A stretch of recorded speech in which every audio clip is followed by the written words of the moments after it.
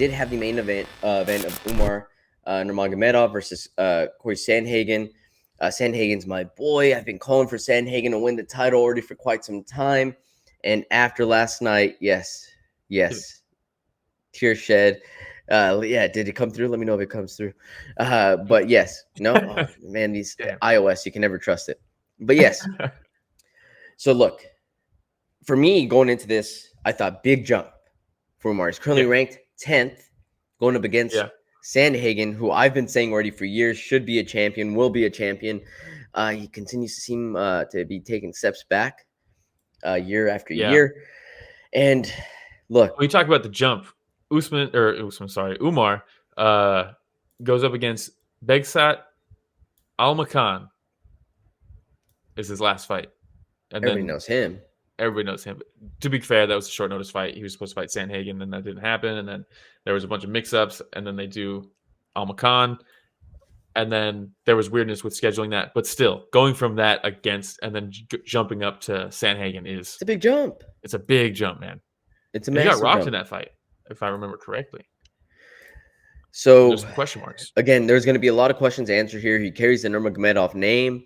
So first round comes out, quick single leg takedown. But Sandhagen does a really good job fighting the hands, continues getting up. Yeah. Very well rounded. I'll be honest. Going into this probably isn't what I should be taking from this fight, but the most impressive thing in this fight was Sandhagen's grappling, in my opinion. His defense. And look, because the thing is, he was taken down, but he'd get up so quickly. Never accepted any position until the last round. He gives up his back a lot, and I think that's one of the things that the judges said costed him against the fight in the fight against TJ. But he gives up his back a lot, but he's so good at using that to escape, and he fights the legs. And normally people say, like, don't fight the hooks because you're going to get choked. But he does it in such a way that he's never really in position to get choked. He ends up sitting on top of them, fighting the legs, tweaking the legs, pulling the ankle up to tweak the knee, and then that creates some space for him to escape. Really impressive stuff, especially to do against somebody named Nurmagomedov. Super impressive, right? Yeah. That being said, Umar passed this test with flying colors, dude. He really did. His striking. I mean, you can say, oh, his striking only gets off because people are so worried about getting taken down. But Sandhagen defended most of the takedowns. He escaped the ground. It's still going to be in his head, right? It's still in his head. I can't be too crazy because I'll get taken down. Like, part of the reason he's able to get out of those grappling exchanges is because the way he was entered on was never because he was too careless. You know what I mean? So he entered those grappling situations not at a big disadvantage because of his mindfulness of it. And that does allow Umar to strike well and get some shots off with his hands. He's very kick heavy, which is nice to see from a wrestler because he's not really worried about getting taken down, so he can kick freely. One thing you could tell Sandhagen did his homework because a lot of the times Umar will throw a high kick from way outside. Actually, let me go back. Sean O'Malley, a lot of times, he'll throw that front kick. You'll react to it, and then you're like, great, now it's my turn. And then you rush in, he hits you with the open side counter. That's what he did to Aljo. He does it in all his fights. Anytime he throws the front kick, expect him to step back off of it because he knows you're going to crash in after the front kick because you think it's your opening. That's when he snipes you. Umar's the same thing, but instead of sniping with his right hand, that's when he shoots. He'll throw a high kick from way outside, doesn't even care if it lands. You run at him thinking, oh, I'll close the distance with this high kick. And then he shoots on you, and you're like, oh, shit. And you feed him your hips. Yeah. Sandhagen never did that. It never did that, which was really impressive. And that's the big question is like, okay, if you force Umar to fight with a different game plan or a different style, can he? You know what I mean? No one ever did that to Khabib. Khabib steamrolled through everybody. He never had to go to a plan B. It was just aggressive. Throwing wild shots with my hands so that I can set up my takedowns and just aggressive. This fight, Umar couldn't fight the way he normally does, but he still looked fantastic. That's so impressive. Yeah, really good job throwing combos off of his counters, right? Instead of just throwing single shots. Fantastic timing on his takedowns.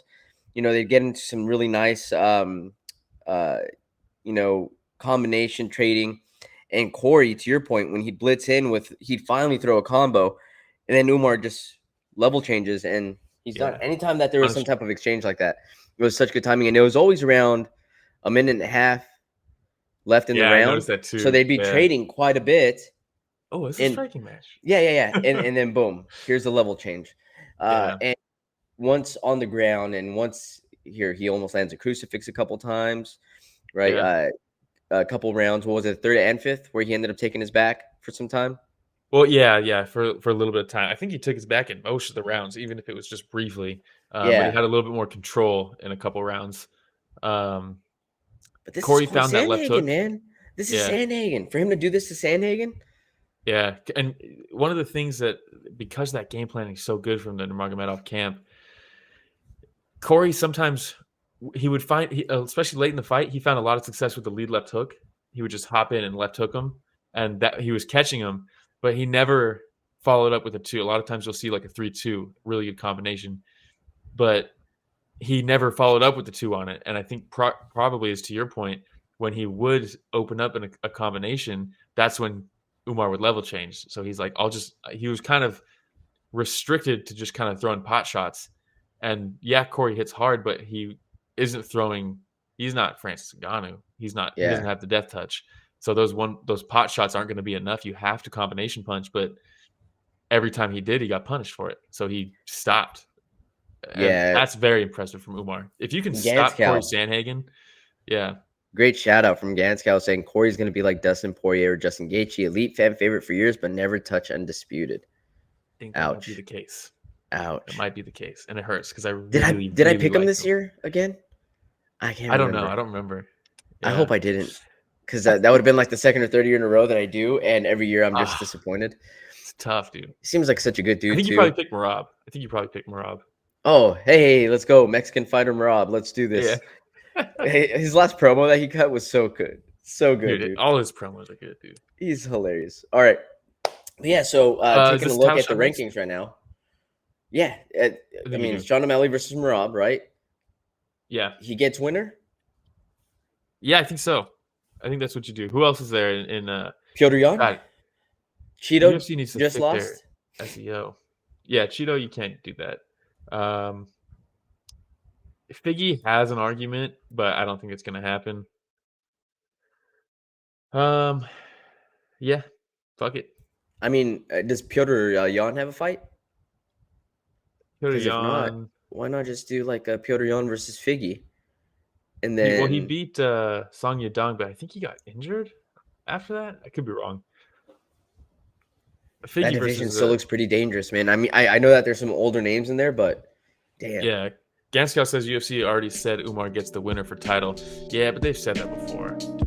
Yeah, but also, I know they've said that before. With that name, though? But in that corner, you have Khabib, and you know Khabib probably make that Dana. Yeah, you know it. You know they did. All right. Hey everybody, Romero and Will here. Thank you so much for watching that short clip. It's just a small clip of what we covered this last Sunday. Yeah, if you want to check out the full fight card recap, the link is in the description, and it's going to be on screen at the end here. Don't forget to go back and watch our fighter interviews that we have. And don't forget to tune in live every Sunday morning at 9 a.m. Pacific, 12 p.m. Eastern, and you can join in on the fun. Yeah, don't forget to like, subscribe, hit the notification bell. It goes a long way. All right, everybody, thanks for watching that short clip from Story of the Fight.